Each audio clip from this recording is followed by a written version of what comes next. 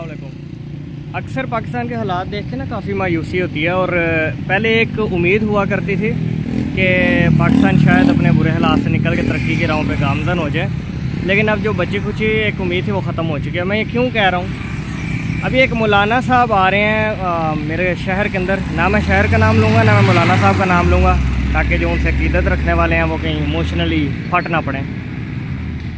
उन्होंने ये GT road जो है ब्लॉक कर रखी है। जीटी रोड पे यहाँ से टेंट शुरू हो रहे हैं, ये देखें, ये और ये चलते चलते चलते चलते चलते तकरीबन आधा किलोमीटर जो है ना, इन्होंने ये टेंट घेरे हुए हैं। अब देखें हमारा दीन क्या कहता है कि रास्ते बंद ना करो, रास्ते खुले रखो, किसी के लिए मसाइल पैदा ना करो।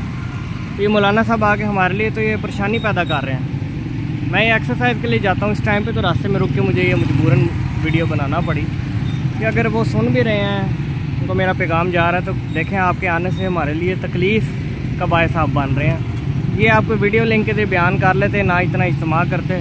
पुलिस भी देखें वो खड़ी हुई है सामने, और लोग भी अब आपके लिए आएँगे और ये ट्रैफिक ब्लॉक करेंगे। एम्बुलेंसेज ने गुजरना होता है, ज़रूरी काम से जाने वालों ने गुजरना होता है, लेकिन अब इधर इज्तिमा होगा और परेशानियाँ होंगी।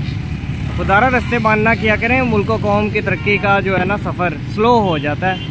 वो कौमें तरक्की नहीं किया करती जो आए दिन अपनी सड़कें बंद करके रखें। खैर ये कोई सुनने वाला ये भी कह सकता है भाई फ़लाँ जमात ने भी तो किया था, फ़लाँ भी तो करता है। तो भाई एक गलत काम कोई कर रहा हो तो दूसरा उसके लिए कोई जवाब नहीं बन जाता कि वो भी गलत काम करे, तो उसके लिए ओके हो गया, ठीक है। गलत गलत ही है, चाहे जो भी करे। शुक्रिया।